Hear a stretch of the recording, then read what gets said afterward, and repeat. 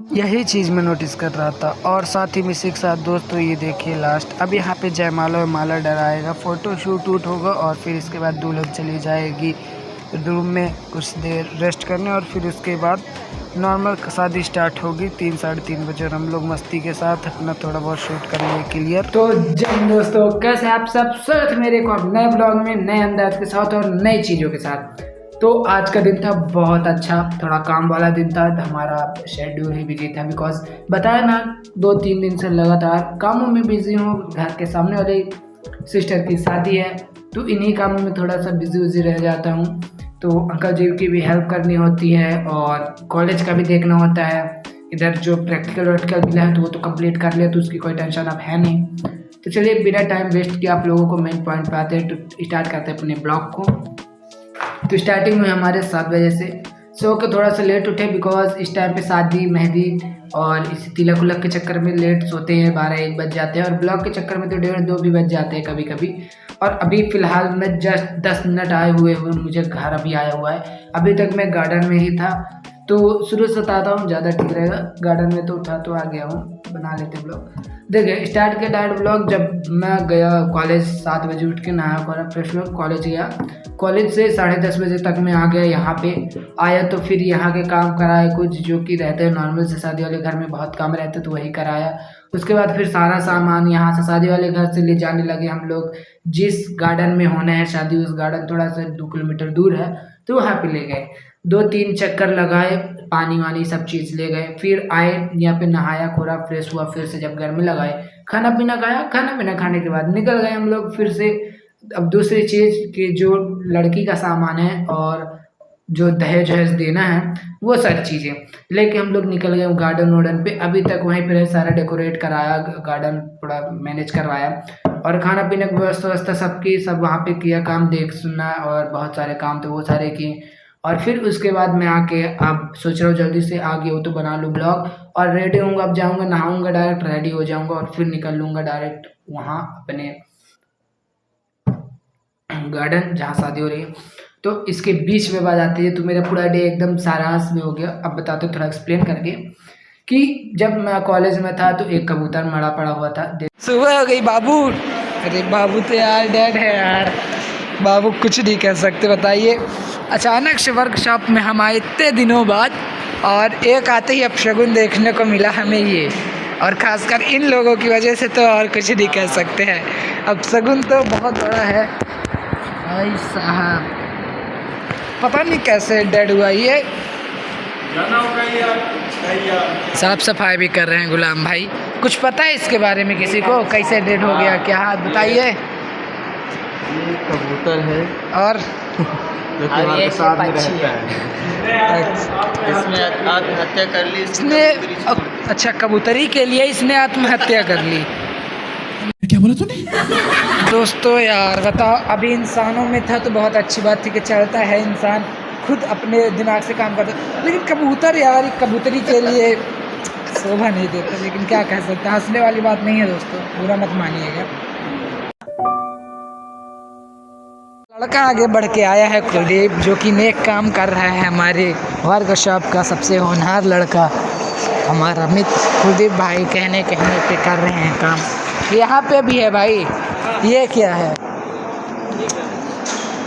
कितनी पक्षियाँ मरी? एक और पक्षी, एक और मासूम जानवर की हत्या। कुलदीप भाई सफाई कर रहे हैं भाई साहब, क्या कर सकते हैं यार, बुरा लगता है यार दिल से।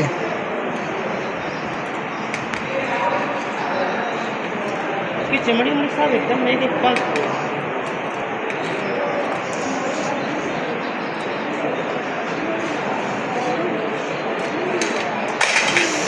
स्प्रिंगा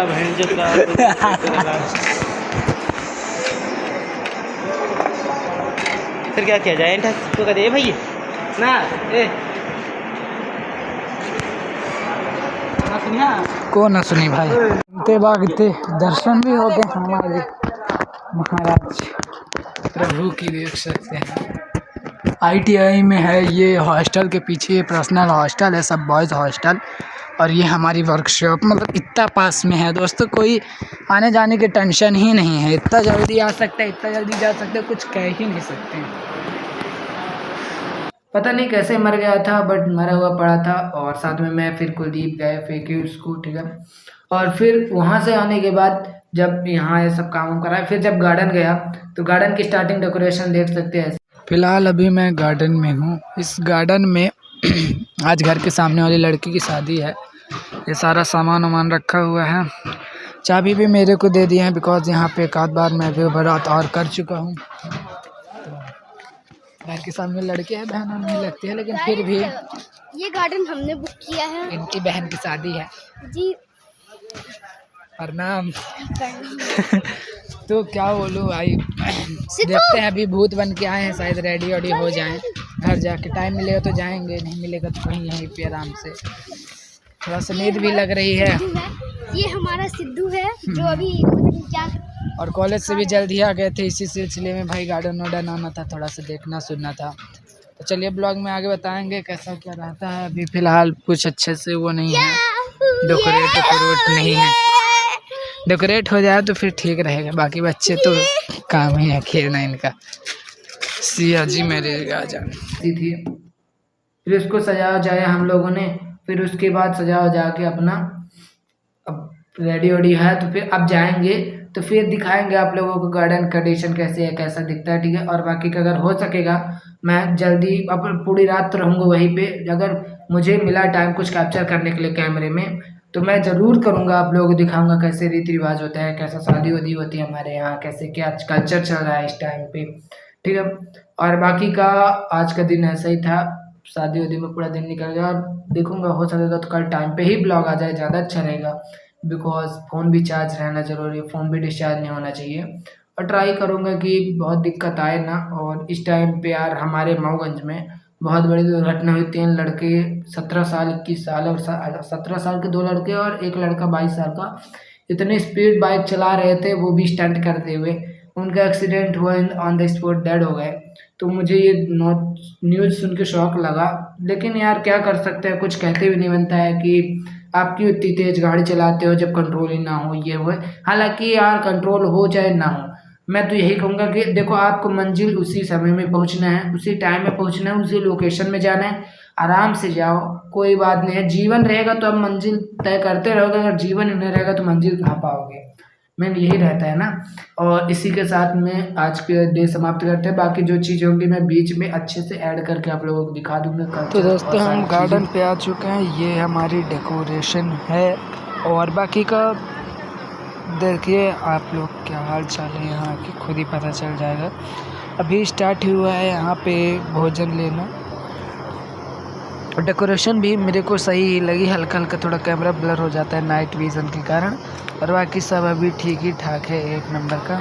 सेल्फ़ी पॉइंट भी यही रहा और सब मज़े ले रहे हैं, यहीं पे सेल्फ़ी वेल्फ़ी खिंचवा रहे हैं। सेल्फ़ी पॉइंट है ये हमारे गार्डन के अंदर का। मामा लोग भी हैं, देख सकते हैं।